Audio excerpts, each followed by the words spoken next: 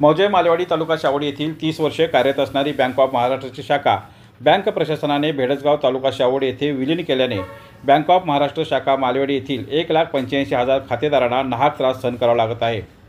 कानसावरणा हा भाग वाड्या वस्त्यांचा, डोंगराळ व अपुऱ्या दळणवळणाचा असल्याने विलीन केलेल्या शाखेत ग्राहकांना व्यवहार करण्यासाठी पायपीट करावी लागत आहे। या शाखेत कानसा खोऱ्यातील 7 गावे, वारणा खोऱ्यातील 8 गावे, त्याचबरोबर 15 वाड्या वस्त्या, 12 धनगरवाडे या भागातील लोकांचं अर्थकारण ठप्प झाले आहे।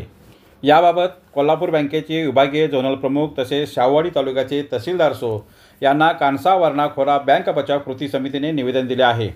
परंतु जनतेबद्दल कळवळा दाखवणारे, मतासाठी पोळी भाजून घेणारे, आश्वासनांचा पाऊस पाडणारे, फोटोसाठी चमकोगिरी करणारे, शाहूवाडी तालुक्याचे प्रतिनिधित्व करणारे आमदार व खासदार व राजकीय नेत्यांना आता तरी जाग येईल का, असा संतप्त सवाल नागरिकांमधून येत आहे।